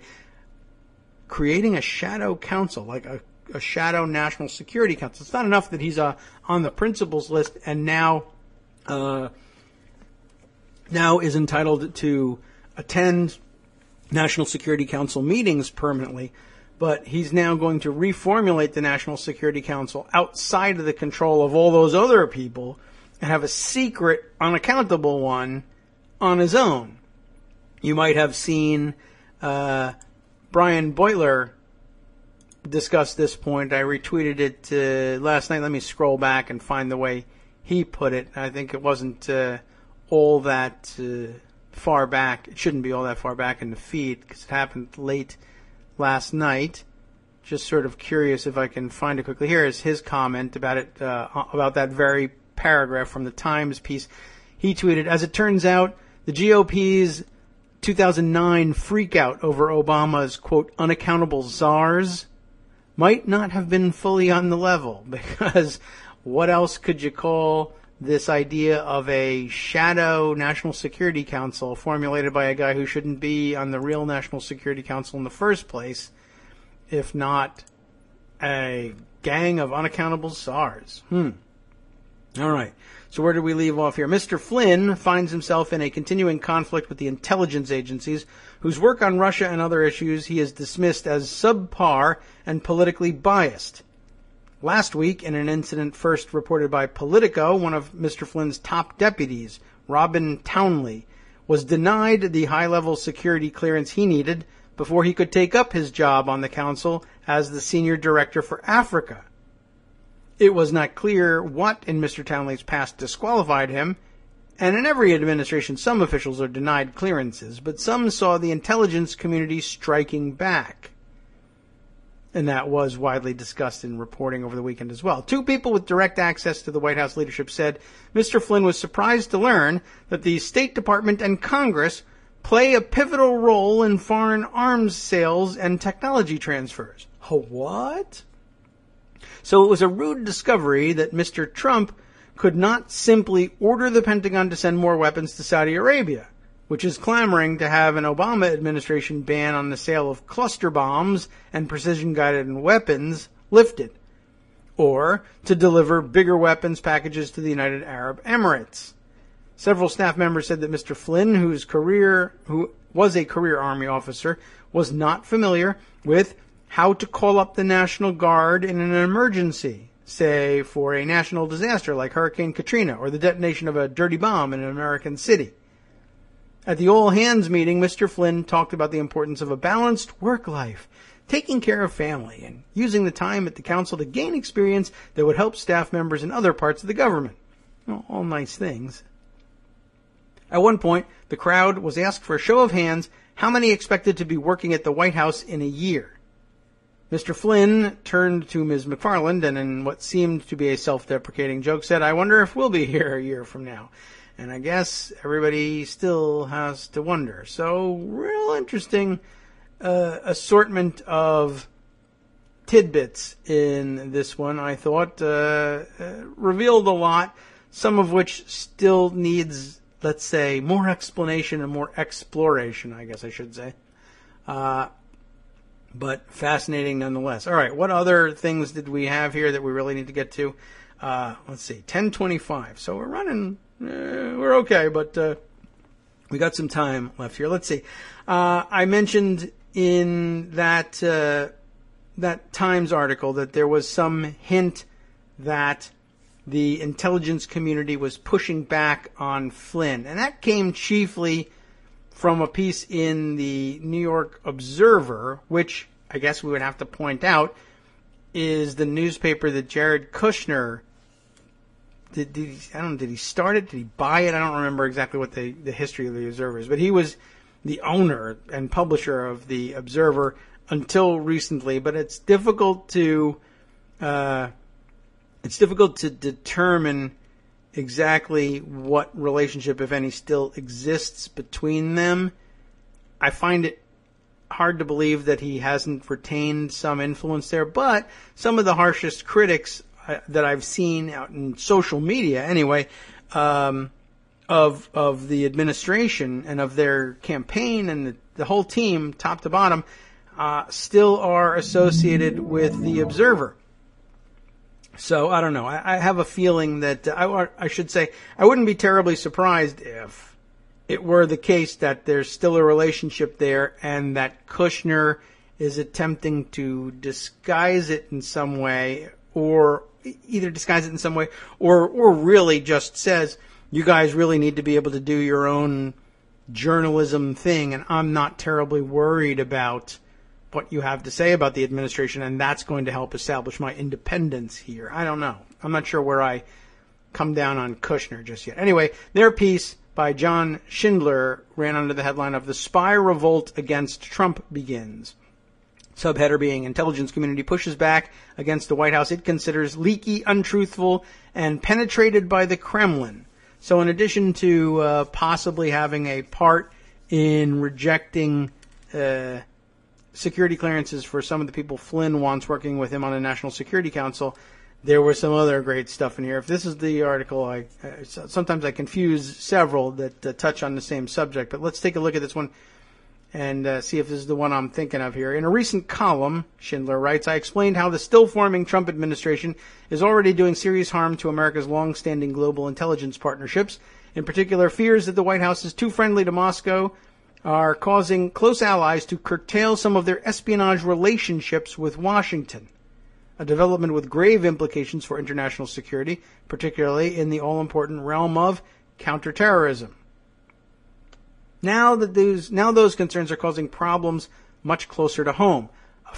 In fact, inside the Beltway itself, our intelligence community is so worried by the unprecedented problems of the Trump administration. Not only do senior officials possess troubling ties to the Kremlin, there are nagging questions about basic competence regarding Team Trump, that it is beginning to withhold intelligence from a White House which our spies do not trust." Again, a reminder, it's the Observer, and you should have a few grains of salt handy, just in case. But we'll continue. That the intelligence community has ample grounds for concern is demonstrated by almost daily revelations of major problems inside the White House, a mere 3 weeks after the inauguration. The president has repeatedly gone out of his way to antagonize our spies, mocking them and demeaning their work, and Trump's personal national security guru can't seem to keep his story straight on vital issues. That'd be Mike Flynn, the retired Army 3-star general who now heads the National Security Council, widely disliked in Washington for his brash personality and preference for conspiracy theorizing over intelligence facts.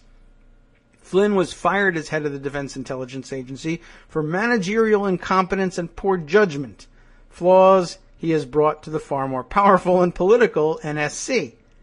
Flynn's problems with the truth have been laid bare by the growing scandal about his dealings with Moscow. Strange ties to the Kremlin, including Vladimir Putin himself, have dogged Flynn since he left DIA, and concerns about his judgment have risen considerably since it was revealed that after the November 8th election, Flynn repeatedly called the Russian embassy in Washington to discuss the transition. The White House has denied that anything substantive came up in conversations between Flynn and Sergei Kislyak, the Russian ambassador. That was a lie, as confirmed by an extensively sourced bombshell report in the Washington Post, which makes clear that Flynn grossly misrepresented his numerous conversations with Kislyak, which turns out to have happened before the election too, part of a regular dialogue with the Russian embassy. To call such an arrangement highly unusual in American politics would be very charitable. In particular, Flynn and Kislyak discussed the possible lifting of the sanctions that President Obama placed on Russia and its intelligence services late last year in retaliation for the Kremlin's meddling in our 2016 election. In public, Flynn repeatedly denied that any talk of sanctions occurred during his conversations with Russia's ambassador. Worse, he apparently lied in private, too, including to Vice President Mike Pence, who, when this scandal broke last month, publicly denied that Flynn conducted any sanctions talk with Kislyak. Pence and his staff are reported to be very upset that the National Security Advisor played the vice president for a fool. Interesting, to say the very least. And I mean, they must have known it was being recorded. I don't understand how you think you can get away with denying what was discussed, but now I still have questions about what I still don't really know what was discussed. It's debatable whether Flynn broke any laws, by conducting unofficial diplomacy with Moscow, then lying about it. And he has now adopted the customary beltway dodge about the affair, ditching his previous denials in favor of professing that he has no recollection of discussing sanctions, adding that he couldn't be certain that the topic never came up. That's not good enough anymore, since the IC knows exactly what Flynn and Kislyak discussed. In pretty much every capital worldwide, embassies that provide sanctuary to hostile intelligence services are subject to counterintelligence surveillance, including monitoring phone calls. Our spy services conduct signals intelligence, or SIGINT for short, against the Russian embassy in Washington, just as the Russians do against our embassy in Moscow. Ambassadors' calls are always monitored. That's how spy wars work everywhere. Ambassador Kislyak surely knew his conversations with Flynn were being intercepted, and it's incomprehensible that a career military intelligence officer who once headed a major intelligence agency himself didn't realize the same. Whether Flynn is monumentally stupid or monumentally arrogant is the big question that hangs over this increasingly strange affair. Prominent Democrats in Congress are already calling for Flynn to be relieved over this scandal, which at best shows him to be dishonest about important issues. Adam Schiff, we mentioned before, has bluntly asked for the National Security Advisor's ouster. Republicans on the Hill who would prefer that the White House stop lying to the public about its Kremlin links ought to get behind Schiff's initiative before the scandal gets worse. In truth, it may already be too late. A new report by CNN indicates that important parts of the infamous spy dossier that professed to shed light on President Trump's shady Moscow ties, the PP dossier. Well, other parts of it anyway have been corroborated by communications intercepts. In other words, SIGINT strikes again, providing key evidence that backs up some of the claims made in that 35-page report compiled by Christopher Steele, the former British spy, who, by the way, I keep seeing referred to as an M16 operative. Somewhere along the line, that typo of M16 for MI6 has been getting perpetuated. I think I saw Vox using that last night, and it's cringeworthy. As I've previously explained, our writer says, that salacious dossier is raw intelligence, an explosive amalgam of fact and fantasy, including some disinformation planted by the Kremlin to obscure this already murky case. Now SIGINT confirms that some of the non-salacious parts of what Steele reported, in particular, how senior Russian officials conspired to assist Trump in last year's election, are substantially based in fact. This is bad news for the White House, which has already lashed out in angry panic, with Press Secretary Sean Spicer stating, "We continue to be disgusted by CNN's fake news reporting." That's hardly a denial, of course, and I can confirm from my friends still serving in the intelligence community that SIGINT, which corroborates some of the Steele dossier, is damning for the administration. Our spies have had enough of these shady Russian connections, and they're starting to push back. All right, so they from there, the story mentions Rob Townley, the former Marine intelligence officer that Flynn wanted to head up the Africa desk, who was denied his security clearance. Doesn't say why in this article either. They note it could be over personal problems or foreign ties, but the CIA's stand has been privately denounced by the White House, which views this as a vendetta against Flynn. Then there's other information here that says there's more consequential IC pushback happening too. Our spies have never liked Trump's lackadaisical attitude towards the presidential daily briefing, the most sensitive of all IC documents, which the new commander-in-chief has received haphazardly. The president has frequently blown off the PDB altogether, tasking Flynn with condensing it into a one-pager with no more than 9 bullet points. You remember that story? Some in the IC are relieved by this, but there are pervasive concerns that the president simply isn't paying attention to intelligence. And in light of this, and this is the real key nugget here, and out of worries about the White House's ability to keep secrets, some of our spy agencies have begun withholding intelligence from the Oval Office. Why risk your most sensitive information if the president may ignore it anyway? A senior National Security Agency official explained that NSA was systematically holding back some of the, quote, good stuff from the White House in an unprecedented move. For decades, NSA has prepared special reports for the president's eyes only, containing enormously sensitive intelligence. In the last 3 weeks, however, NSA has ceased doing this, fearing Trump and his staff cannot keep their best SIGINT secrets. Since NSA provides something like 80% of the actionable intelligence in our government, what's being kept from the White House may be very significant indeed. However, such concerns are widely shared across the intelligence community, and NSA doesn't appear to be the only agency withholding intelligence from the administration out of security fears.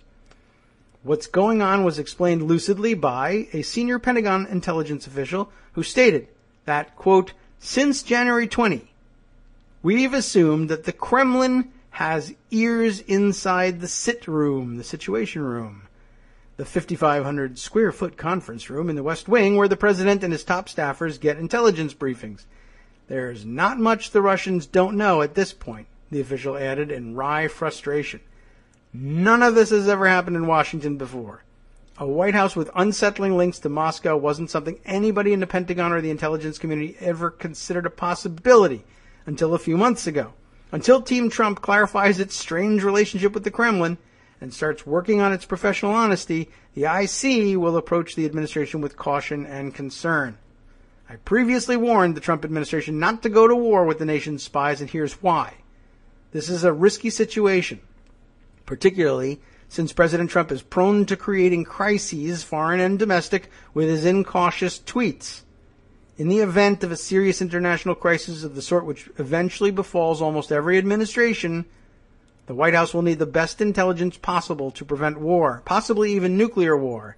It may not get the information it needs in that hour of crisis, and for that, it has nobody to blame but itself. Yikes. So, some problems out there. All right. I think that's most of the important intelligence community developments from the weekend that definitely needed to be shared. There are a number of other points that I think have to be shoehorned in. We'll see how many of them we can get to in the next couple minutes. Let's see. There's one item I want to share because it's about a still pending nomination. This would be the on-again, off-again, I guess, nomination of Andrew Puzder, whose name I continually mispronounce. This from David Sirota. Let's see if I can kill the auto-playing video in all this. I can at least kill the sound. Donald Trump's labor secretary pick, Andrew Puzder, owed millions to UBS. The United, is that what's UBS? I remember that they're a huge bank. I can't recall what UBS even stands for. Is that the Scottish? Is that? Well, let me look that up. How come I don't know that offhand? UBS.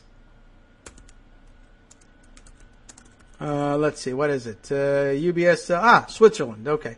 I know they have a bank. They had a Bank of Scotland as well when I was overseas many, many years ago, and that still comes to mind. But UBS is the merger.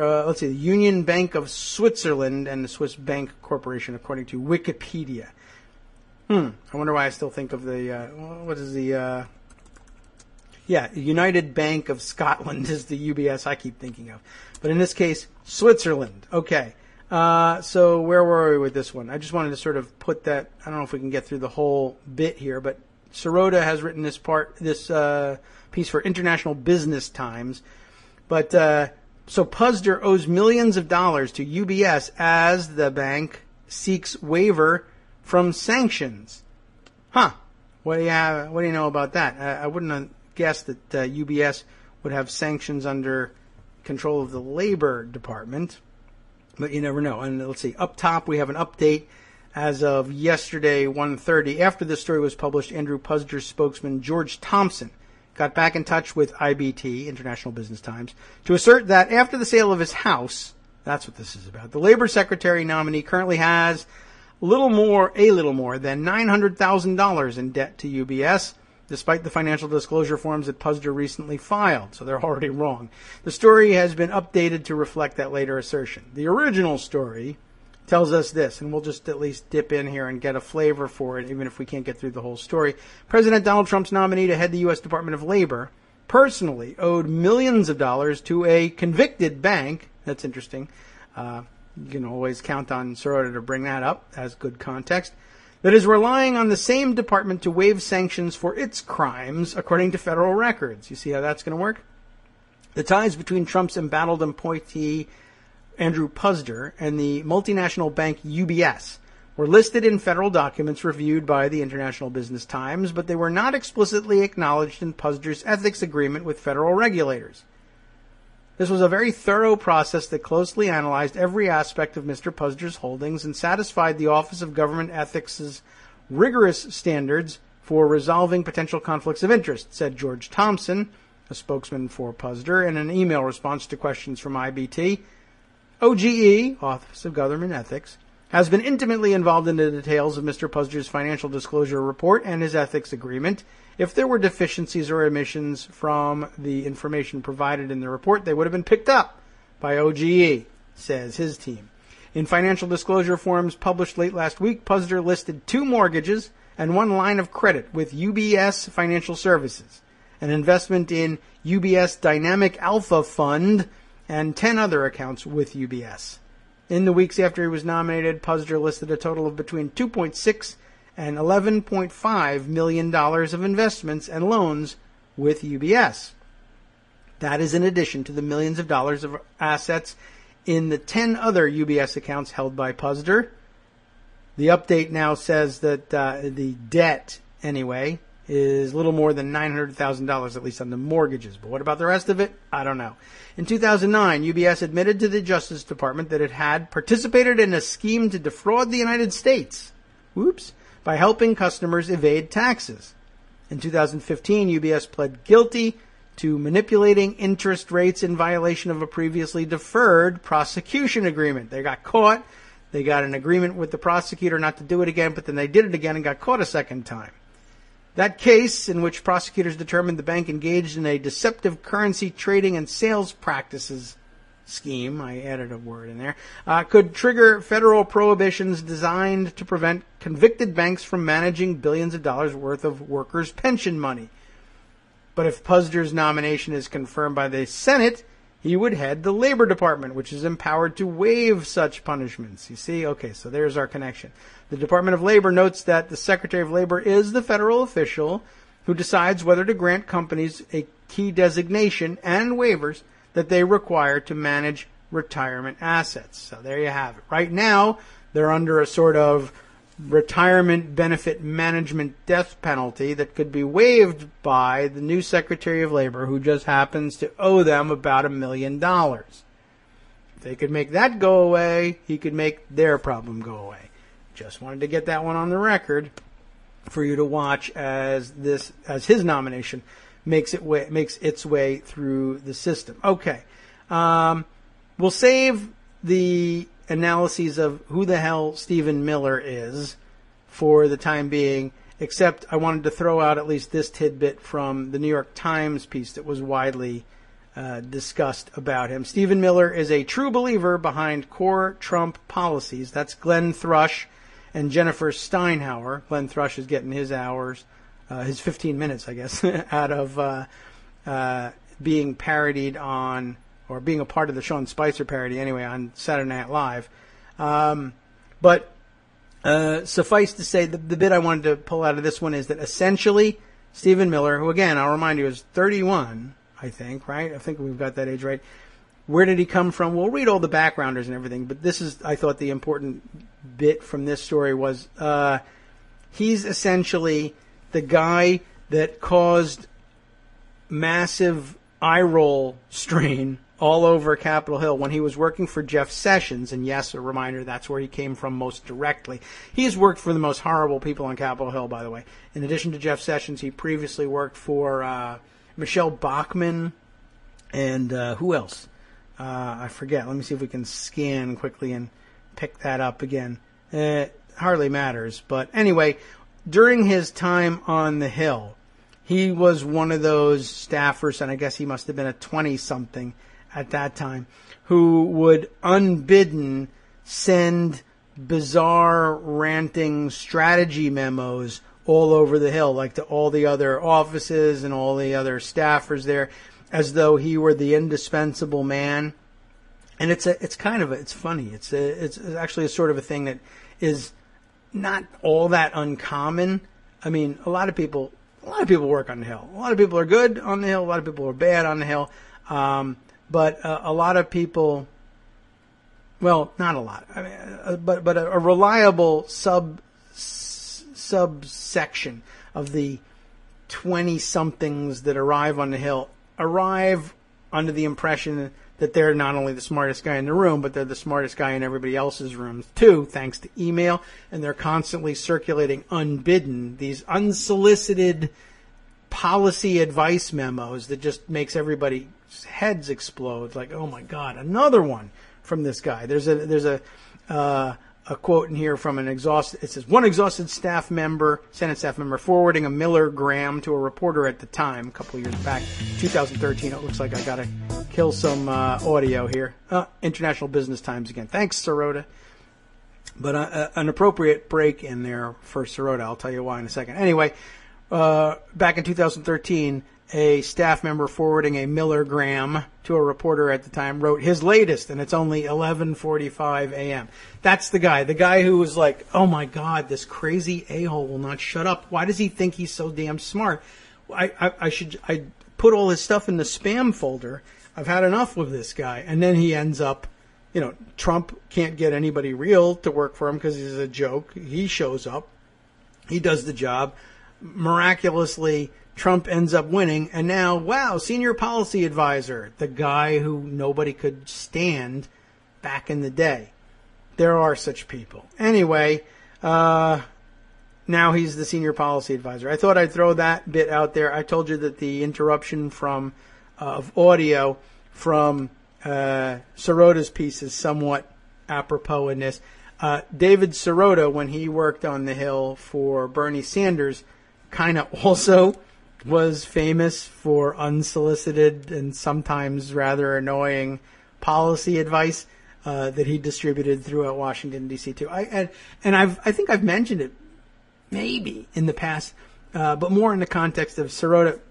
Sirota is a terrific self-promoter, and I say that as it's a kind of a mixed message. It bothers a lot of people, and it rubs me the wrong way too, but I also recognize it as enormously important in getting ahead, and sometimes you do have things to say, and I'm sure Miller has some good things to share too, to true believers, I guess. And I guess that's not that far removed from where Sirota is too. I find useful nuggets of information all the time in Sirota's reporting, but occasionally also like eye-rolly stuff, although I don't think it's necessarily targeted at me, but like any good reporter who's worked hard to produce the material that he's got and he wants it to be paid attention to, And sometimes it's just not top of mind for people because they're distracted by, I don't know, the president grabbing people by the genitals or something like that, or the fact that he's alleged to have, the fact that he's alleged to have engaged in these salacious acts, let's say, in Moscow. That does capture the popular imagination from time to time, but it makes them mad that the good reporting that they've been doing is being ignored elsewhere, and then you get kind of cringy, eye-rolly tweets or messages elsewhere that say, I've been, when that news story comes to the fore again, I've been saying this for years, you've all been ignoring me. We all heard you, it just, there was this story about Trump and P in Moscow. That's salacious. I got distracted, it's true, but I don't set my watch by Sirota, I'm sorry. He doesn't set his by mine, so we're even. Anyway, what else can we shoehorn in here? Why not this one? This is just something interesting to think about, and it's process related, so we'll throw it out there and discuss the possibilities for it. A lot of you likely saw it, and maybe you have questions about whether or not it's a serious consideration. This from the Record in New Jersey. You'll find it, of course, on northjersey.com, along with this annoying auto-playing video. What was that, a banjo? What was that? How's that thematic for Bill Pascrell? I've already given it away. Now you know the story. Bill Pascrell, congressman from, where is he from? Patterson, I think, New Jersey. Anyway, that's North Jersey, for those of you not familiar. Pascrell says a rarely used law could make Trump tax returns public. They could, but they won't right now. And you know why. But here's the story. Congress should use a rarely invoked 1924 law, that's exciting, way back from 1924, to examine President Donald Trump's tax returns for possible conflicts of interest and constitutional violations, and maybe make them public. Representative Bill Pascrell said Friday. Pascrell, a Democrat from Patterson, who serves on the Ways and Means Committee, has asked the committee's chairman, Representative Kevin Brady of Texas, to order the Treasury Department to provide tax returns to the committee. Brady's office did not respond to a request for comment Friday, and they won't. After privately examining returns, if he can get a hold of them, Pascrell is seeking 10 years' worth of them, by the way. The committee could decide to share them with the full House, which would, in effect, make them public. The 1924 law gives congressional committees that set tax policy the power to examine tax returns. You may remember, by the way, long-term listeners, that way back, Ernie Istook was interested in using that power. Another one of the things that Istook was famous for inserting in the middle of the night into must-pass legislation. This was back in, when did he do this? I can't even remember exactly when. We'll see if we can put a finger on it later.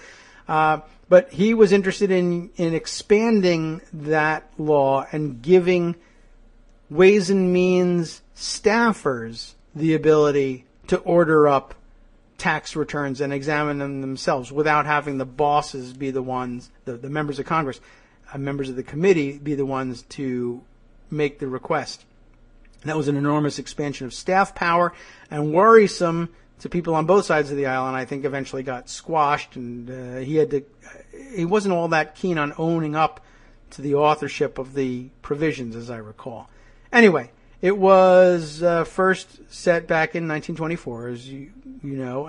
It was then again used in 1974, 50 years later, when Congress looked at President Richard Nixon's returns. And in 2014, it happens on the 4s, I guess, when Ways and Means Committee, the committee released confidential tax information as part of its investigation into the Internal Revenue Service's handling of applications for nonprofit status. Trump said during the campaign he would not release his returns because he was being audited. After the inauguration, advisor Kellyanne Conway said he would not release them ever because the public did not care. Pascrell said what happened in the election doesn't matter. This isn't for the Democrats or the Republicans, and it's not to embarrass anybody, he said, though it might. This is to make sure the American people know the facts, and if there are conflicts, they need to be resolved. Asked if he thought he would succeed, Pascrell said he believes many Republicans in the House and Senate are absolutely intimidated by this president. That answer means no, of course. But on a different issue, The top Republican and Democrat on a key committee asked the top ethics regulator on Thursday to investigate whether Conway, a senior aide to Trump, violated ethics rules when she said in a television interview that people should buy the president's daughter's clothing line. Pascrell said he did not believe Trump has turned over control of his companies to his children, and even if he did, Pascrell agreed with ethics officials who oversee the executive branch that is not sufficient to avoid conflicts. Pascrell also said he believes Trump is violating the Emoluments Clause, probably all of them, which bars federal officials from receiving gifts or other things of value from foreign governments. He raised that issue in a February 1st letter to Brady, saying, we know that state-owned enterprises in China and the United Arab Emirates are involved in his business, and that his business ties stretch to India, Turkey, and the Philippines and beyond. Russia, Saudi Arabia, and Taiwan may also have ties to his business. Pascrell said foreign governments are paying rents, licensing fees, and issuing permits for Trump Organization projects, all of which could be used to influence the president. The letter asked Brady to reply by Wednesday. If I get a no answer on this, I'll be very honest with you. If these guys think I'm walking away from this, they're absolutely nuts, Pascrell said. The calls we're getting, the calls other congressmen are getting, it's unbelievable. We never expected this. Good idea to keep up the pressure. That means you, in calling your member of Congress and saying you want this stuff. Now you got something to point to. You should be signing on to Bill Pascrell's call to get those tax forms, examine them privately in the House Ways and Means Committee, and let members know what the conflicts are. Members of Congress are not required to release their tax returns, by the way, but they must file financial disclosure forms, similar to the one Trump had to file when he ran for president, outlining sources of income and the value of certain assets. Pascrell, who was in his 11th term in the House, does not regularly release his own tax returns. In January 2012, when he was running in a competitive Democratic primary, he released his 2010 returns when his opponent had also done so. It showed Pascrell, now 80, had $267,518 in income in 2010, just in case you're interested, and had paid $57,740 in federal taxes, an effective rate of 22%. That's not necessarily what you needed to know about that one, but I thought that was a very interesting idea. Good on him for digging up this law. I wonder if it ever would have come to his attention but for Istuk's move way back when. Pascrell was, of course, on hand for that one, and it may be that once again some of the best ideas come from mining the failures of overreaches by Republicans. That's where some of the best ideas I think, come from. Let's see. Lisa has a question here. How about Dems take back the House in 2018 and impeach Trump for high crimes? I like that option much better. That would be great, but I'll tell you how that happens. It starts with the first part of your suggestion, Dems take back the House. That's going to be necessary in order to get the majority of the House Ways and Means Committee to vote to get these tax returns in hand. And I would guess that the high crimes and misdemeanors you may have in mind probably start with a thorough examination of the guy's taxes. None of this happens without a Democratic majority in the House, and that's a fantastic subject on which to campaign in the upcoming election. Of course, we could examine the possibilities of impeachment or 25th Amendment removal at some point during the next couple of days, just to bring you back up to speed on those things and why I think that the 25th Amendment might perhaps be more fruitful despite the fact that the bar is much higher.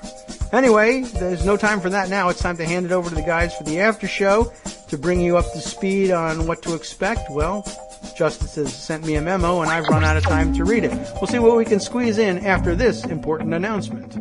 From Daily Kos Radio on netrootsradio.com.